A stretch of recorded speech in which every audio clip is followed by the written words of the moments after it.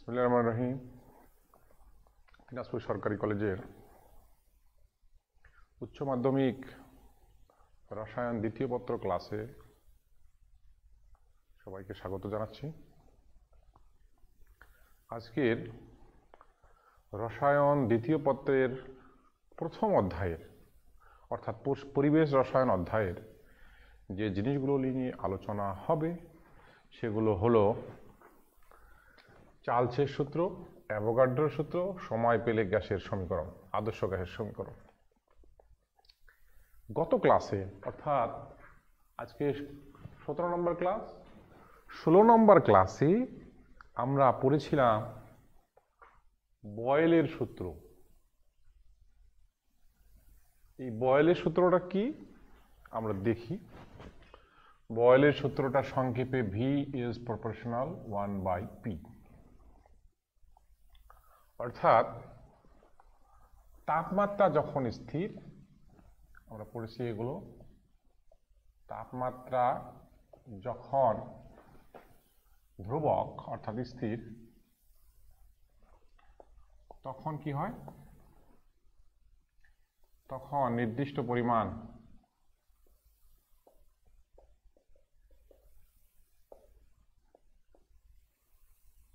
কোনো গ্যাসের আয়তন চাপের ব্যস্তানুপাতিক, এইগুলো পড়েছিলাম। ব্যস্তানুপাতিক অর্থাৎ গ্যাসের চাপ যদি বৃদ্ধি পায় আয়তন হ্রাস পাবে, চাপ যদি কমানো হয় তাহলে আয়তন বৃদ্ধি পাবে। আমরা এখান থেকে এগুলো পড়ছিলাম যে V ধ্রুবক 1/P, এটা একটা সরলরেখার সমীকরণ। আমরা পড়েছিলাম যদি এই ধরনের সরলরেখা হয়, মূলবিন্দুগামী সরলরেখার সমীকরণ। এই দিকে যদি আমরা V দেই আয়তন, আর এই দিকে যদি 1/P দেই, তাহলে এই ধরনের মূলবিন্দুগামী সরলরেখা পাওয়া যায়। আবার PV সমান ধ্রুবক, PV সমান ধ্রুবক, এই সমীকরণের জন্য যদি আমরা এই দিকে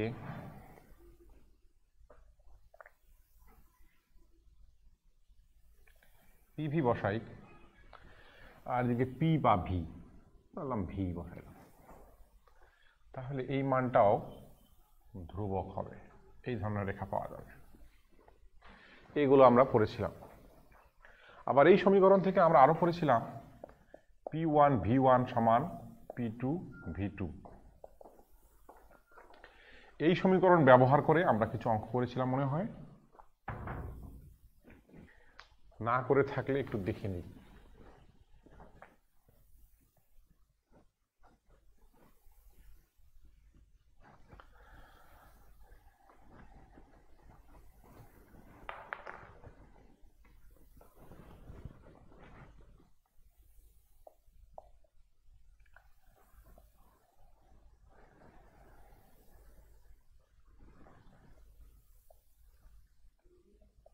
একটা গ্যাস আছে এখানে, তার উপর চাপ প্রয়োগ করা হয়েছে 2 অ্যাটমসফিয়ার,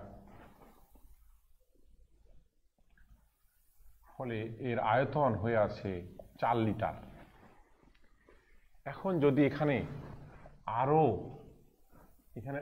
আরো 2 অ্যাটমসফিয়ার চাপ দেওয়া হয়, তাহলে আয়তন কত হবে? আয়তন সমান সমান, অর্থাৎ একটা গ্যাস আছে যে গ্যাসের আয়তন হলো 4 লিটার, ওই সময় গ্যাসের উপর চাপ আছে 2 অ্যাটমসফিয়ার, তাপমাত্রা তখন ধ্রুবক, ধরলাম তাপমাত্রা 25 ডিগ্রি সেন্টিগ্রেড তাপমাত্রা। এখন আরো 2 অ্যাটমসফিয়ার চাপ অ্যাড করা হলো, তাহলে এর আয়তন কতটুকু হবে? তাহলে আমরা এই ফর্মুলা দিয়ে বের করতে পারি P1 V1 সমান P2 V2। আমরা বের করব কি V2, P1 V1 by P2। এখানে P1 কত ছিল? P1 ছিল 2 অ্যাটমসফিয়ার। P2 কত? 2 আগে ছিল, ওর সঙ্গে আরো 2,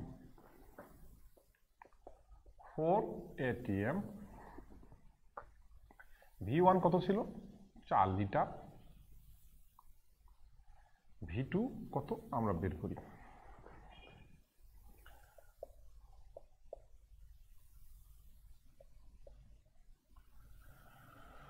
দুই গুণন 4 ভাগ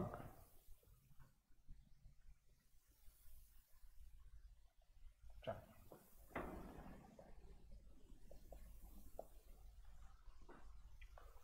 2 লিটার। এই ধরনের আরো অঙ্ক আছে, সেগুলো আমরা করব বই থেকে।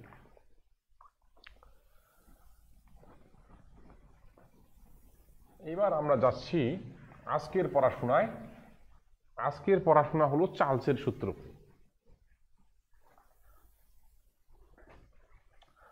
আজকের পড়াশোনা হলো চার্লসের সূত্র। চার্লসের সূত্রটা আসলে কি? চার্লস বলেছেন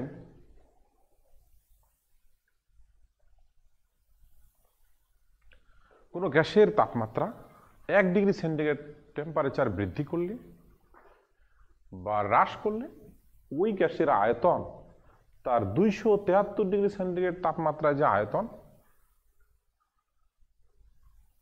0 ডিগ্রি সেন্টিগ্রেড তাপমাত্রায় যে আয়তন তার 273 ভাগের 1 ভাগ বৃদ্ধি পায় বা হ্রাস পায়। অর্থাৎ আমরা লিখতে পারি ভাবে স্থির চাপে নির্দিষ্ট পরিমাণ কোনো গ্যাসের তাপমাত্রা 1 ডিগ্রি সেন্টিগ্রেড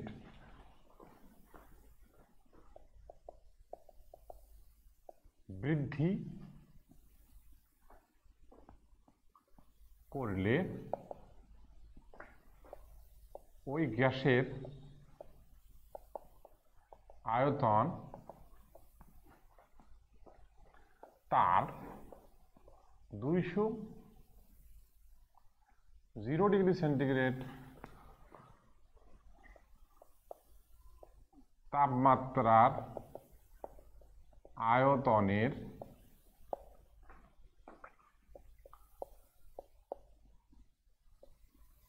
1 ভাগ বৃদ্ধি পায়।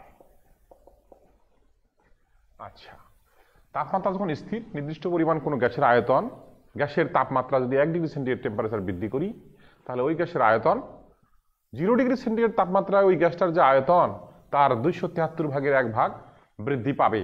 এটা হলো গ্যাস কার সূত্র? চার্লসের সূত্র।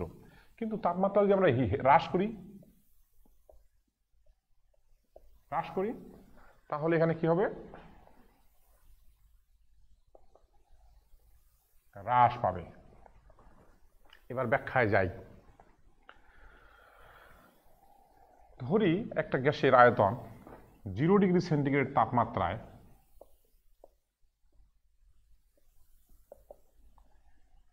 নির্দিষ্ট পরিমাণ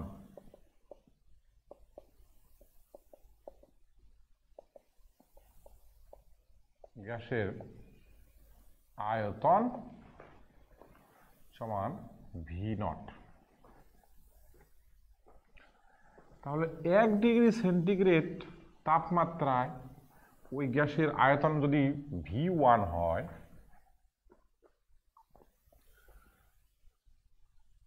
তাহলে V1 সমান কি হবে? V1 সমান হবে V0 যোগ V0 1/, অর্থাৎ টেম্পারেচার 1 ডিগ্রি বৃদ্ধি করা হলো, ফলে ওর আয়তন 0 ডিগ্রি সেন্টিগ্রেড তাপমাত্রায় যে আয়তন ছিল তার 273 ভাগের 1 ভাগ বৃদ্ধি পেয়েছে। এইবার 2 ডিগ্রি সেন্টিগ্রেড তাপমাত্রায় এর আয়তন যদি V2 হয়, V2 সমান কি হবে? অর্থাৎ V1 এর সঙ্গে যোগ হবে 0 ডিগ্রি সেন্টিগ্রেড তাপমাত্রার যে আয়তন তার 273 ভাগের 1 ভাগ। তাহলে V1 মানে কি? V1 মানে আবার V0, V1 মানে V0 যোগ V0 1/273 যোগ V0 1/273। তাহলে আমরা এখান থেকে যে V0 কমন নেই তাহলে লিখতে পারি 1 প্লাস 2/273। এটা হলো V2।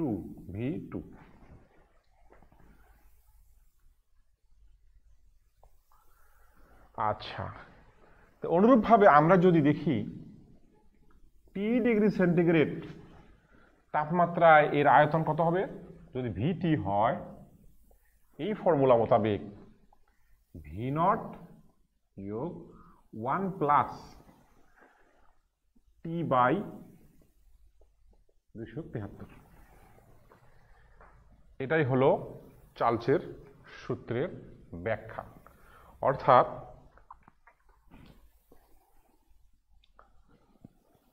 চার্লসের সূত্রটাকে আমরা লিখতে পারি এইভাবে।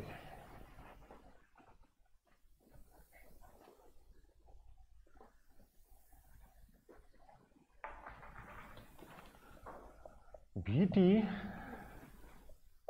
V0 1 plus T 273। এই ফর্মুলা ব্যবহার করে যদি আমার V0 জানা থাকে, অর্থাৎ 0 ডিগ্রি সেন্টিগ্রেড তাপমাত্রায়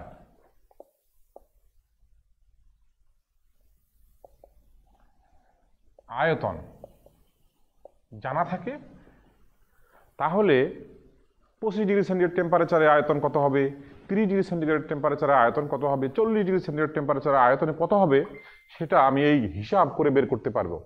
এর জন্য আমার 25 ডিগ্রি সেন্টিগ্রেড 40 ডিগ্রি সেন্টিগ্রেড টেম্পারেচারে যাওয়ার কোনো প্রয়োজন নাই। তাহলে যে কোনো জিনিসের 0 ডিগ্রি সেন্টিগ্রেড টেম্পারেচারের এই আয়তনটা এটা গুরুত্বপূর্ণ। এইবার দেখি ওই সমীকরণ থেকে কি পাওয়া যায়।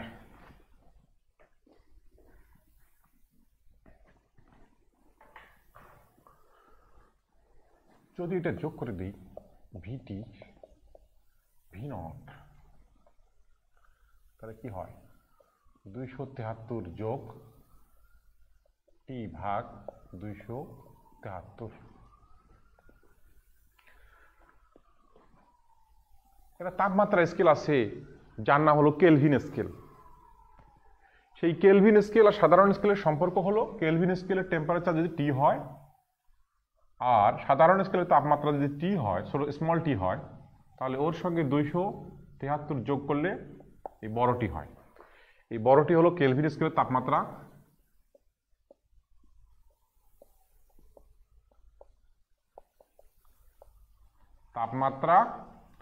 আর ছোটটি হলো সেলসিয়াস স্কেলের তাপমাত্রা।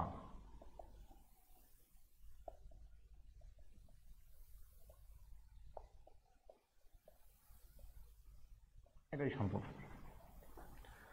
তাহলে আমরা এখান থেকে কি পাওয়া যায়?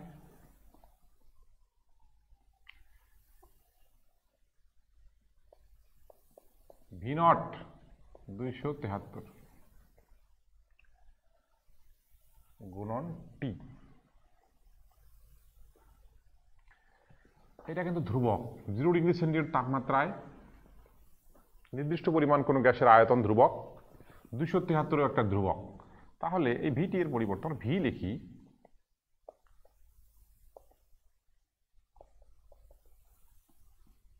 তাহলে কি দেখা যাচ্ছে? V is proportional to T। অর্থাৎ এটা হলো চার্লসের সূত্রের আরেকটা রূপ। আমরা এই সমীকরণ অনুযায়ী আমরা লিখতে পারি স্থির চাপে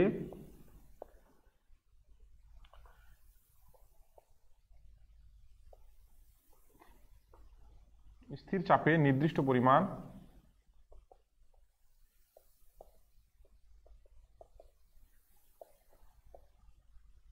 কোনো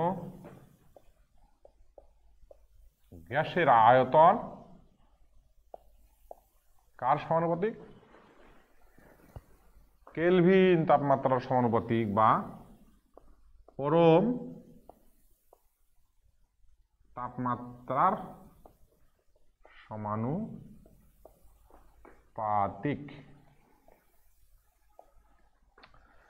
এই পরম তাপমাত্রার আরেকটা নাম হলো কেলভিন তাপমাত্রা।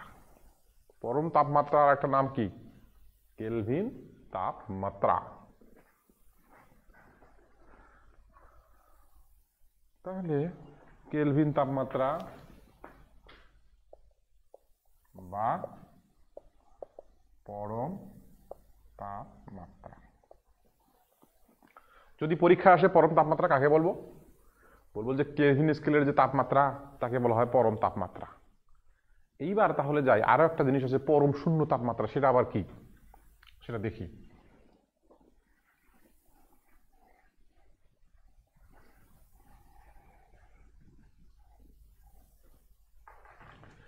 এটি চার্লসের সূত্র,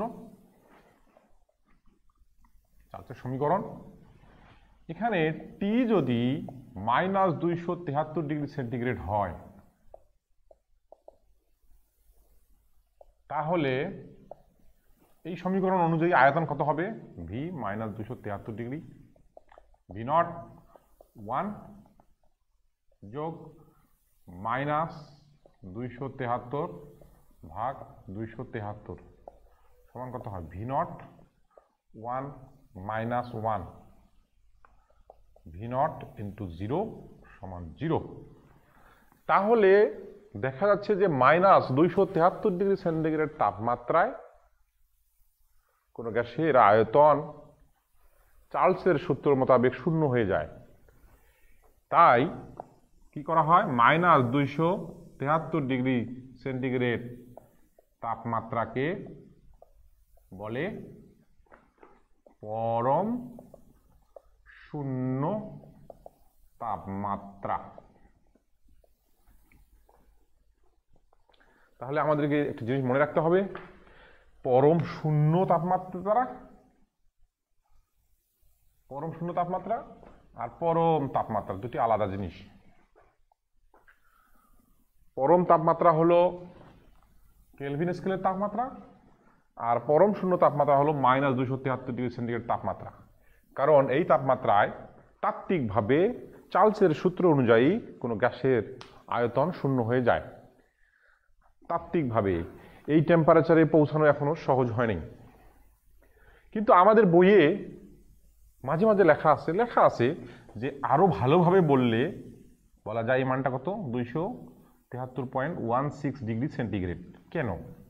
এখানে 216 ডিগ্রি সেন্টিগ্রেড টেম্পারেচার বসালে তো অন্য ধরনের ভ্যালু আসবে।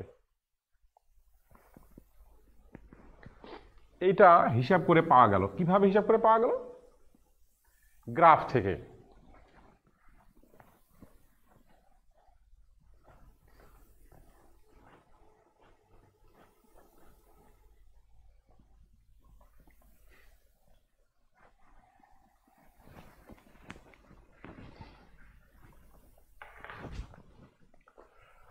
V is proportional T, V ধ্রুবক T।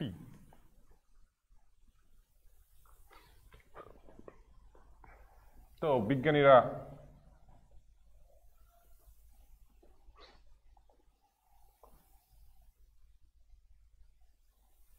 এই সমীকরণ মোতাবেক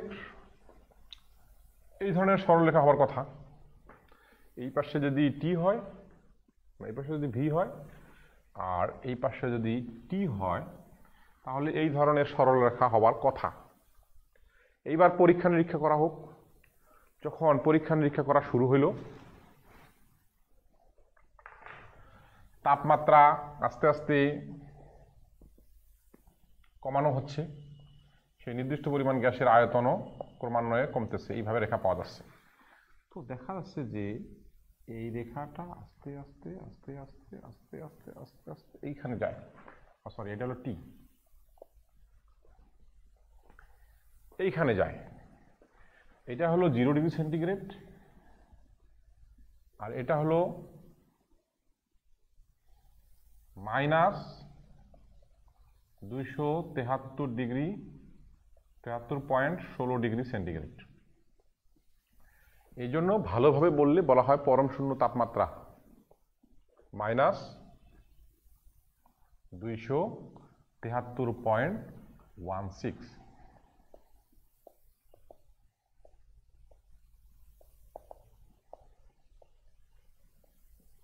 কয়টা আছে?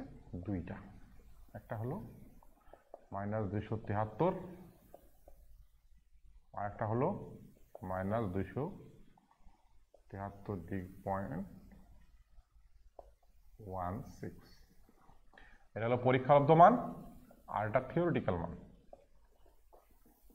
পরীক্ষালব্ধ মান তাহলে তো মাইনাস এই টেম্পারেচারে গেলাম না, তাহলে পরীক্ষালব্ধ মান কিভাবে পাইলাম? গ্রাফ থেকে এই টেম্পারেচারে যাওয়া যায়, কিন্তু বাস্তবে যাওয়া সম্ভব হয় না।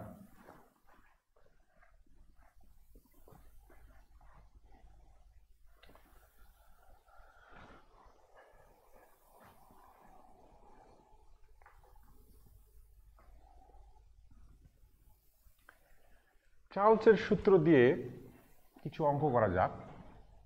তাহলে চার্লসের সূত্র আমরা পাইলাম কি? ভি ইজ প্রপোর্শনাল টি। তাহলে ভি সমান ধ্রুবক টি বা ভি বাই টি সমান ধ্রুবক। তাহলে আমরা লিখতে পারি V1 বাই T1 সমান V2 বাই T2 সমান ধ্রুবক।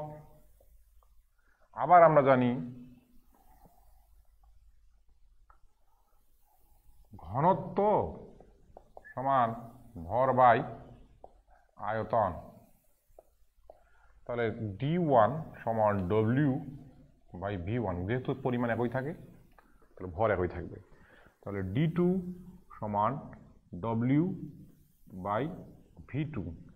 এই সমীকরণ থেকে আমরা কি পাই? V1 সমান কি পাই? W বাই D1, V2 সমান W বাই D2। ডি হলো ঘনত্ব। তাহলে এই ভ্যালুগুলো যদি আমরা এখানে বসাই, ডি এর মান এখানে যদি বসাই, এখানে যদি মানটা বসাই, তাহলে আমরা কি পাবো? তাহলে আমরা পাবো 1 বাই D1 T1 সমান 1 বাই D2 T2 সমান ধ্রুবক, বা কি লেখা যায়? D1 T1 সমান D2 T2 সমান ধ্রুবক। এগুলো দিয়ে অঙ্ক করা যায়। এইবার আমরা এই ফর্মুলা দিয়ে অঙ্ক করি।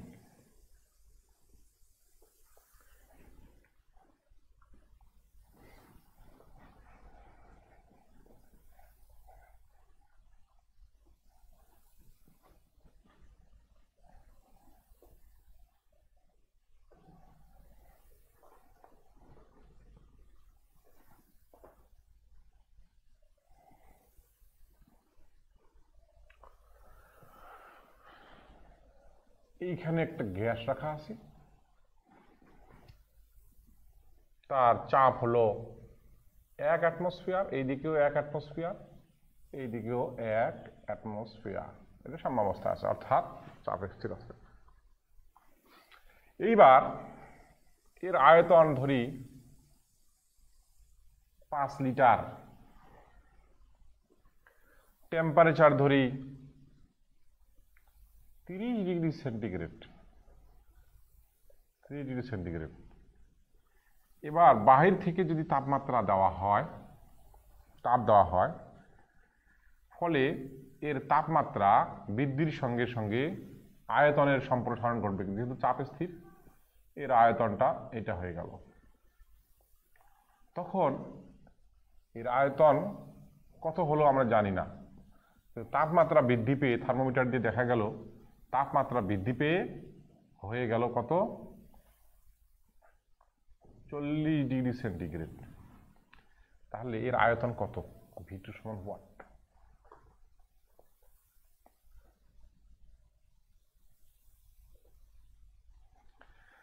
তাহলে আমরা এই ফর্মুলায় কি লেখা আছে, V1 দেওয়া আছে 5 লিটার, V2 সমান 9, T1 দেওয়া আছে 30 ডিগ্রি সেন্টিগ্রেড আর T2 দেওয়া আছে 40 ডিগ্রি সেন্টিগ্রেড। আচ্ছা, এই অঙ্কগুলো আমরা সেন্টিগ্রেডে ভ্যালুগুলো বসাবো না, বসাবো। এটা কোন টেম্পারেচার?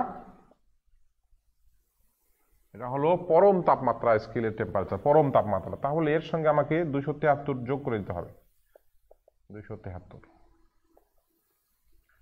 প্লাস 273 কত হয়?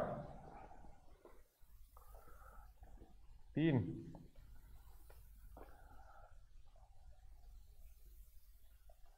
7 3 10 0 হাতে 1 303। এটা কত হচ্ছে? 3 7 4 11 1 313 কেলভিন। কেলভিনে কোনো ডিগ্রি নাই কিন্তু, অর্থাৎ সেন্টিগ্রেডে আমরা এইভাবে লিখি ডিগ্রি, কিন্তু কেলভিন টেম্পারেচারকে এবার ডিগ্রি দিয়ে লেখা হয় না। তাহলে V2 সমান কত আসবে? V2 সমান V1 বাই T1 গুণন T2। V1 কত? 5 লিটার, T1 303 গুণন T2 কত? 313। এইটা করলে যা হবে তাই হবে আনসার। তো এই অঙ্কগুলো করতে আমাদের সাবধানতা অবলম্বন করতে হবে যেন টি এর মানটা অবশ্যই কেলভিন স্কেলে বসাই, না হলে অঙ্ক ভুল হয়ে যাবে।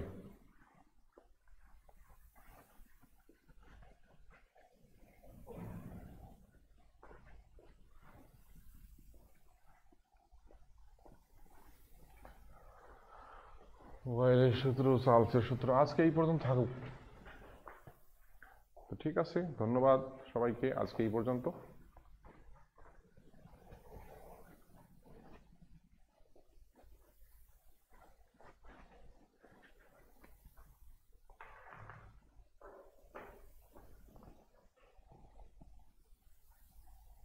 বন্ধ করছো?